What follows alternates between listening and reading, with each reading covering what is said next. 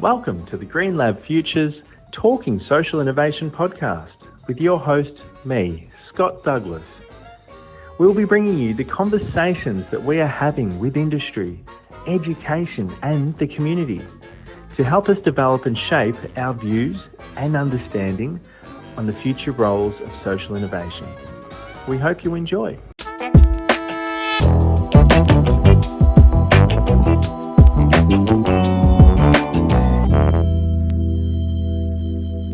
Hi, and welcome to the Green Lab Futures Talking Social Innovation podcast. Today we're talking with Andrea Lane from Float 3909, and Andrea is going to be talking about her work in East Gippsland and with the art community that she's been developing over the last 5 to 10 years in Eastern Gippsland. Welcome to the podcast this afternoon, Andrea. Thanks, Scott. Would you mind just giving us a bit of a background around the work that you've been doing in East Gippsland with Float? Yeah, I guess we go back a fair way here in East Gippsland. I moved here 20 years ago. I was working as a journalist and a webmaster for Business Review Weekly and the Financial Review, and quite liking city life, and then moved down here to marry an artist. And yes, that probably changed my life and my view of the world. And I suppose that's why I'm here today, because I have, as someone who first studied economics, I had a particular view of the world. No, I wasn't that entrenched in that what I was taught 20 years ago about economics, but certainly I've found it useful now to be able to see what we do through that prism of economics, because that's the language that everyone understands. And our purpose, I guess, is to change that translation of what economics is. So, yeah, I came here 20 years ago knowing nothing about the arts, nothing about social innovation. I'm still not sure I do know exactly what the definition of it is, but I'll say that I arrived here a little bit lucky because I brought my city job with me. So I was protected from the rigours of regional employment being so hard to get out here. And so, yeah, I was a telecommuter 20 years ago, battling dial-up and working on a farm in Now to produce those magazines. And I quickly became bored with that. And what I discovered was a world out here that was far more interesting than what I ever thought regional life was. And I had never been to East Gippsland before, so I didn't know anything about the beauty of the region or the environmental issues, or that life out here really depends on writing grants to actually realise any dreams that you have. Really helps if you can knock together a decent grant application, because there aren't that many progressive, visionary kind of jobs out here waiting for someone to snap up. So I gradually weaned myself off the corporate kind of job, because the arts just became so much more interesting. So not long after I got here, I studied community development, regional community development with Dr. Helen Shield at Monash in Churchill, because I was curious about small towns, regional towns. Why didn't I really understand the conversations here? And that was really a transformative thing to study with Helen, to learn not the politics, but how to go about fitting into your community, and to not pretend to know it all, to listen hard to what everybody's saying around you, and cop a bit on the chin as well, that it's not always smooth sailing for someone who's come from the city to fit into small town life. So that was really helpful stepping stone. But then after that, I art in public spaces at RMIT for another year as well, because that transformed everything again. I suppose what Helen's course in community development taught me was the value of stories, local stories, and that the stories that are being lost in our hurly-burly world, and not enough people investing themselves in gathering those stories and sharing them and documenting them and celebrating them. So that was key to the things I learned. But then going and doing public art at RMIT took it to a new level, I suppose, of kind of contemporary art, and how do you actually start to win those arts grants, in a sense. I suppose was my strategy, was learning a language that wasn't really being used out here to describe the unique authenticity of the region, the character of the towns, and as an outsider, a city slicker coming here and seeing such great culture, needed that kind of shaping of words and grants to actually then allow us to keep moving into arts projects. And I guess that's what I've been doing ever since. Is that a good start? It's a very good start. Yeah, thank you. And look, I think what you've been able to really articulate there is that it's an amazing space of Gippsland down in the east and eastern Victoria. For anyone that's uninitiated to Victoria, southeastern Australia, we're really seeing a shift in what's happening in our regional hubs at the moment, and I feel like the work that you've been achieving and been able to shape in East Gippsland is really quite important to the future of not just art in the region, but for me it's around that creativity and innovation thinking, because art is for me it really feeds and provides the communities with the opportunity to be creative and innovative in a different way, and then we can almost channel that thinking back into the projects, which sounds like it virtually sounds like that's what you're doing with your studio at Float and the other works that you've got happening down there. Yeah, look, Float's definitely like not the end of the story, but it certainly shows how far we've come from our early dabbling in that thinking, because one of our first projects that we dabbled in was called Fruit. It was spelled F in brackets ROUTE, to kind of explain my sense of, we don't have a lot of infrastructure out here. We don't have galleries. We don't have paid jobs for arts workers or anything like that. But we have this rather natural trail that you can follow and find people who know where the fruit is. They know what the flora is. They know what the fauna is. There's just all this untapped knowledge. And the basis of that project was that we served fruit breakfast, or shared fruit breakfast, I should say, from everywhere from where I was in Nowa to Malakuta, up to Tubbut, up to Swifts Creek. And that networking around something that was new to me as a city slicker was that I knew nothing about growing fruit, stewing fruit, serving fruit, and then sharing it, because that's the basis of a good conversation. And that really became quite a signature thing that we did. And we went on to build the fruit cart, establish Fruitville, which is an event that's been running for 7 years. Fruitland, which we took down to Docklands as an artist-based travel agency under the Renew banner that Marcus Westbury developed so well in Newcastle. So yeah, love a theme, love something that just says, this is what I know the locals are telling me they do really well, they know really well. And it is what kind of gets that balance between tourism and what local knowledge you can offer and how you share it. And that people who come here love to have that firsthand experience with people sharing what they know. So that was Fruit. And it was actually, and continues to be, a really well-known project, but it did certainly form the basis for how we communicate with the local community. And I'll be the first to say I don't always get it right. And, you know, I've got my share of skeptics and people who don't like the arts, who have asked me, what have I ever done for the community, you know, dabbling in this art stuff and whatever. The following and the enthusiasm and the connecting of the dots just constantly is tipping the balance, I think. I think people are realizing that art isn't just high-end gallery experience. It's everything we do. It's the dance, it's the song, it's the stories, it's everything. And, you know, as a non-artist myself, I just relish learning that and being surrounded by people who have that knowledge. And I just hope through my writing, I suppose, and really listening to what's going on around me, that transforms into a decent grant application, I have to say, because that's what I can contribute. The artists don't like writing grant applications. I do. That's my favorite thing. And to win one, just such a great step forward for all of us, you know, so we can actually demonstrate that we're getting somewhere. So yeah, I don't know if you want to ask me something else, or I should just keep Yeah, no, I like that theme, because it's really like it kind of operationalizes the opportunity that you're identifying within the community. And like I know down here in West Gippsland, or previously having resided in Central Gippsland, some of the challenges that we had was that there's always money there from state government, federal government, wanting to support kind of the employment space or transition away from coal.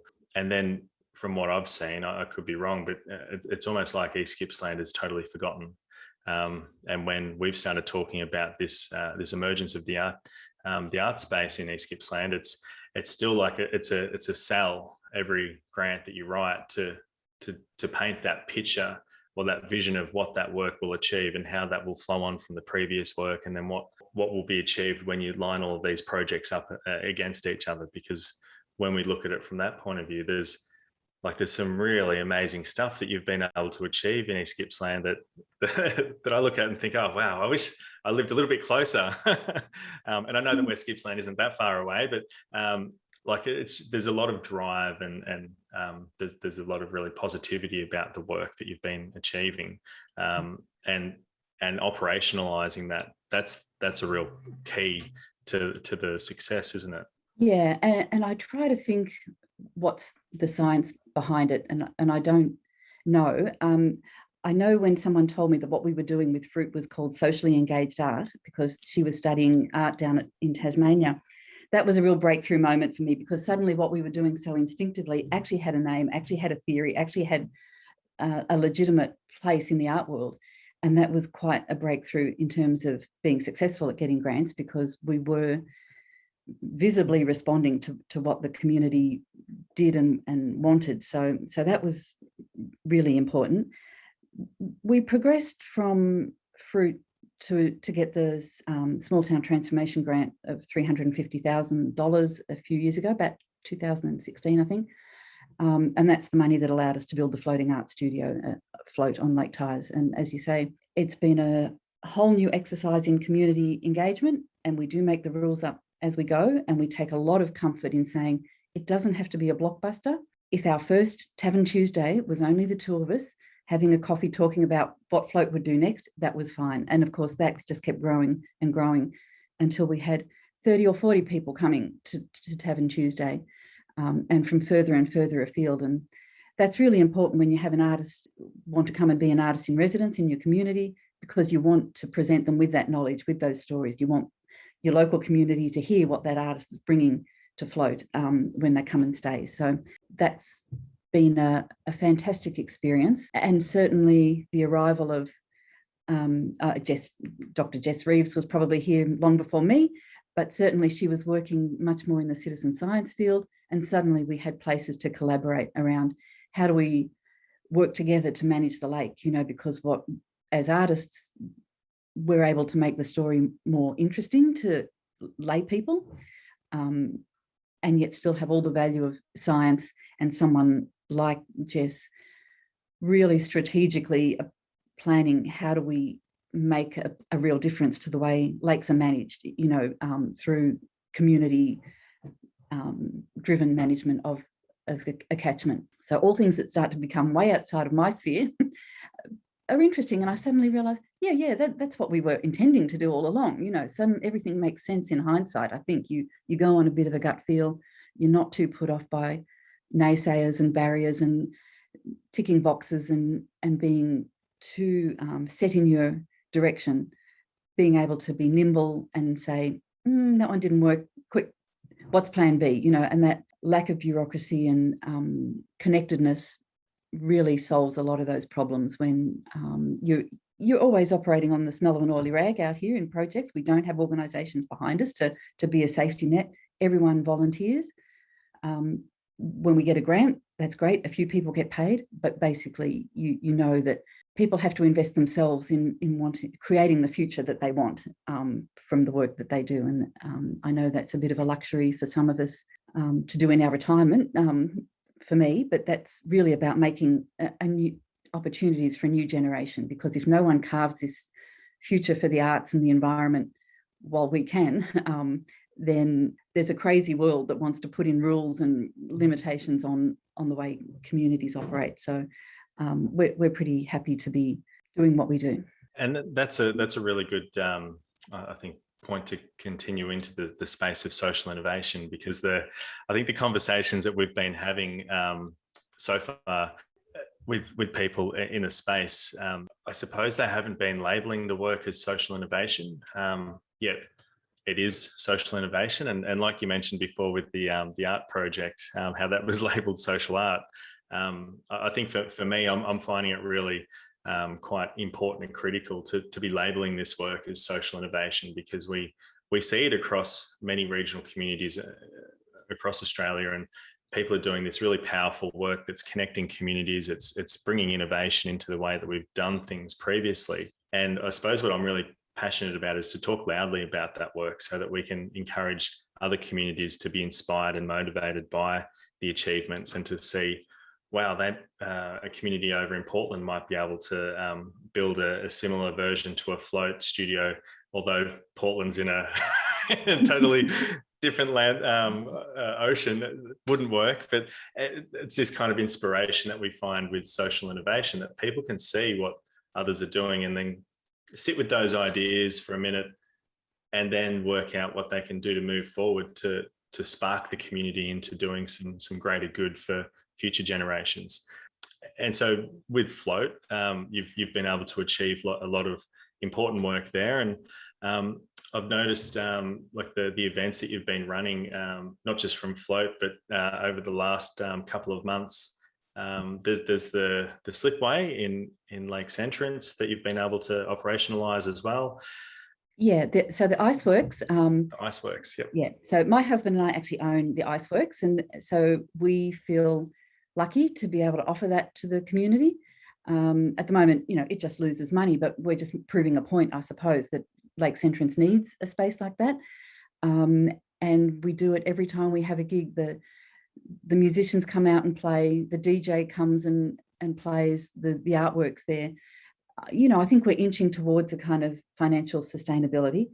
And I probably should add, a long time ago, Andy Miller from Creative Victoria took me aside and said, you have to explore social enterprise, don't you? You can't rely on grants for your arts projects all the time. And like I do with everyone who gives me words of wisdom, I hang on to those words. And we did then progress through the Social Traders Crunch program at that point. So that was a while ago, when they were actually funding us to participate in it, which was nice. They don't do that anymore. But what an amazing learning exercise that was. And to work with MBA students who did wrap their heads around our ideas. At the time, we were trying to get glamping up as a viable business. We were probably a bit ahead of our time, maybe now would be a better time to be doing it, but you just learn so much along the way. And of course, now I'm part of the Gippsland Social Enterprise Collective, which are the 6 local leads across Gippsland.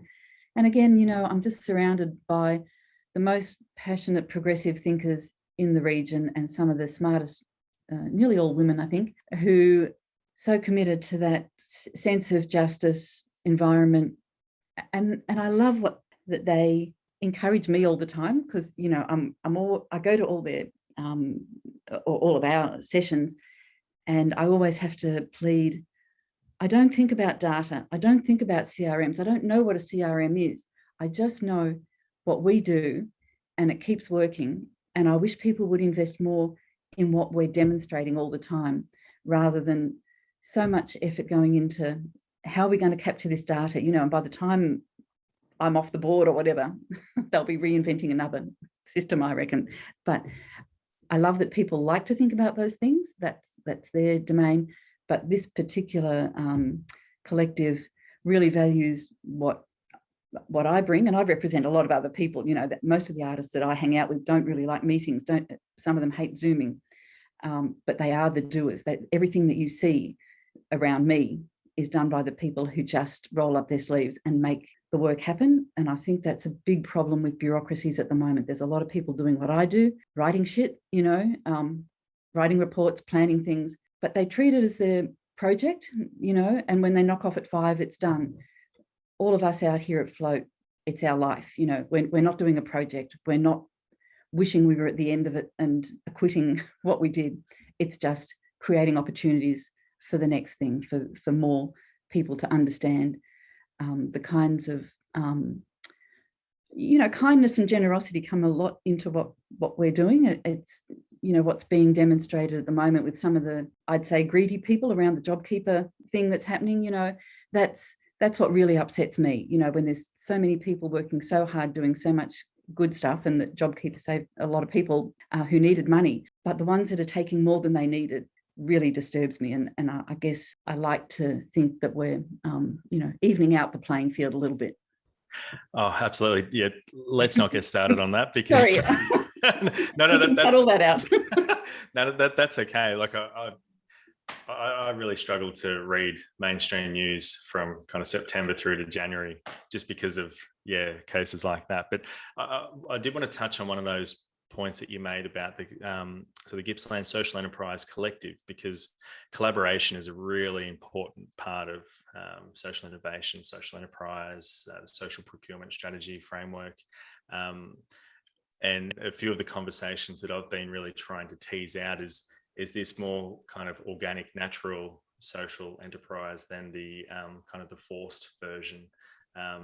And we're not so much seeing it down here in Gippsland, which is really good, but we're seeing it in other regions where people are being kind of forced into taking their venture a certain way so that it can be scalable and procurement ready. Is that something that you're finding down in East Gippsland, or that people are just really keen to collaborate and to see what they can actually build together as a community? That's certainly the way we operate in East Gippsland, because I'm the main spokesperson for East Gippsland. And of course, the others further west have more structural things in place that do require the procurement conversations and all those things. Whereas my argument down here in life, as I know it, is that it's more like community as social enterprise, that we can actually make opportunities for all sorts of people who want to be either in a micro business or a practicing artist. How do we actually structure our economy to support people who don't necessarily need the full scale business plan and all those procurement things in place. They actually just want more tourists here who are seeking out the experiences that they offer. And I think that is, maybe that's a bit uniquely East Gippsland. I think we're so far away. Our business is perhaps a little bit different to other areas. Lots of retirees down here, lots of holiday makers and things like that. So I guess it's just kind of creating a community-wide economy that benefits everyone if all the spending stays local and all those things. So it's probably a little bit much more organic. I still think we're as visionary and as contemporary in our vision for the arts. You probably know we had the NGV here for an event over Easter, which was mind-blowingly good. It did centre around float. It got rave reviews. It was fantastic to collaborate with an urban metro-based organisation who brought a lot of rigour to the planning, to the marketing, to the delivery of everything that we did. But it really gave us a seal of approval that said we get, because the theme of their event was called Design the World You Want. So they were bringing architects down and looking at float, which is solar powered, aspires to make no impact on the lake. All the design thinking that's gone into running float as the perfect vessel for an artist to come and reside on the lake and listen to the birds and write about them and the fish and all of those things was something that the NGV really embraced. And I hope those kind of events become our trademark, that it is a special experience to come here. And you can be a tourist in this region and what we would call an untourist. We're developing a project called School for Untourists, because while there's always going to be a good place for tourists who want to come and fish and do what they love in Lakes Entrance, we know there's another side to the town and to this region. The walks, the knowledge, the ecotourism, that's an emerging area at the moment for us. So all of those things make us feel like we're in a pretty good spot. Absolutely. And that's probably one of the parts I did want to touch on, the School for Untourists, because I've been reading a lot about it, the ecotourism. It's almost like this notion, and I don't know where we got it wrong all of these years ago, but it almost feels like we see tourism from a surface point of view, and then there's nothing else that exists beneath that. But what actually exists is all of that, the community culture, everything that community has built the tourism space on, that for some reason hasn't been used as a mechanism to pull people in. And I feel like you've kind of nailed that with saying, hey, here, this is our soul, come and be a part of this, rather than just kind of going to the mainstream areas and just experiencing, say, East Gippsland from a surface point of view. Yeah, and I guess it comes a lot from being in a I was going to say a demographic, but that's not quite what I mean, but a slice of East Gippsland that are pretty small operators, maybe caravan park owners or, restaurant owners or cafes, gallery owners. They don't need a huge influx of people to come and be able to earn enough, because life out here is kind of simple if you want it to be. I live in op shop clothes. I love walking, talking, having a coffee, and that's all kind of affordable as long as you've got a bit of an income ticking over and that it's going around in your own local economy all the time. So for me, all the people that I know are the absolute gems of East Gippsland. They know about the forests, they know about the waterways, they know about the culture, and that's the kind of traveller that we want to interact with and host here. And that they're perfectly affluent, like they come wanting to spend their money on good things. I think people are realising that the regions are really important to their own city life. And if they don't come and sustain it in some way, whether it's from a long distance or close up or being here, then they'll lose, what's really precious. So School for Untourists was a word that I found as an English arts project that someone had just put on a very small work. And it was exactly that. They just had come up with this theory that you have to learn how to be a good host, and you have to learn how you have to help your visitors be good guests by sharing that knowledge. And even if that's that learning that venison is really nice if you're a meat eater, and at the same time, you're getting rid of one of the worst problems we've got out here. If we can actually just live a more sustainable life, and that knowledge of that, I don't know, people that I know just tell me all the time. So I think there's lots that we can exchange out here. And I really like that that idea of the host being a good host versus being a good tourist. Like it's a very kind of human-centered design approach where we aren't just designing services for people to come and visit, but we're actually saying, hey, we've put some time and effort into us making sure that we can do a good job hosting, which is I think of that and feel like it just gives me warm, fuzzy feelings, because it makes me think, wow, imagine if tourism across Australia approached tourism that way, because it's considering the people that are coming to that space and how they can be encouraged to spend money and to support that economy for that local area, rather than just kind of coming in, going to the main supermarket, getting all their food, and then kind of going home the next day or a week later, and not seeing all of the culture that community has. Yeah, gosh, there's a lot to really like about that, Andrea. And we have to be better at delivering it. And that's, the slipway has been a very long wait for that shed to become available for our collective. But in the meantime, we're laying all sorts of foundations about what we can deliver there. And I know from being there last summer, people are craving an arts destination just in Lake's entrance. They love that it's right there, really visible, that they can get information about what's nearby. So I just the development more recently that you might have noticed of our on-foot project, which we got a little bit of council funding for, to develop an ecotourism pilot of training locals to be walking tour guides. And this was something that Skipper Pete came up with.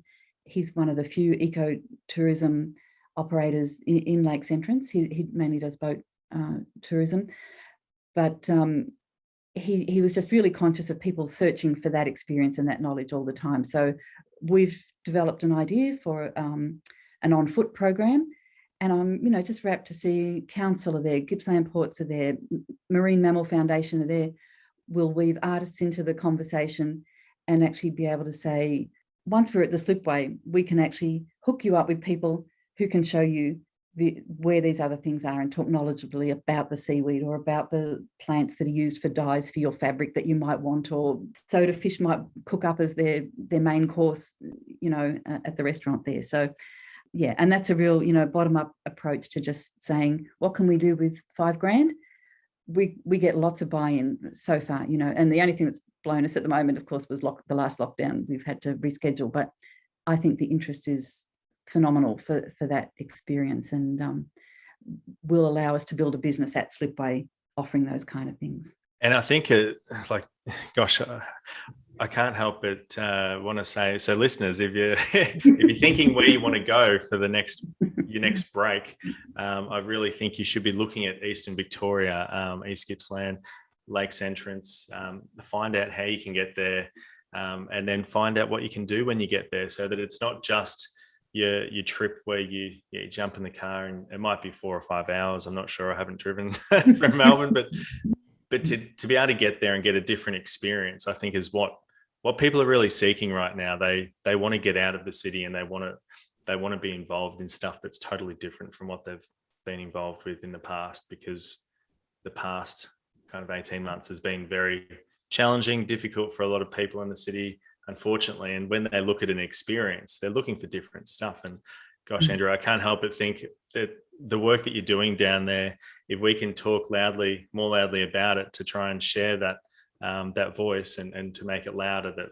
I hope we can support what you're doing at a much larger scale to get those people coming down and to get them feeling again with the work that you're doing. Well, thank you very much for joining us on the conversation today. We had Andrea Lane from Float. Thank you. Thanks.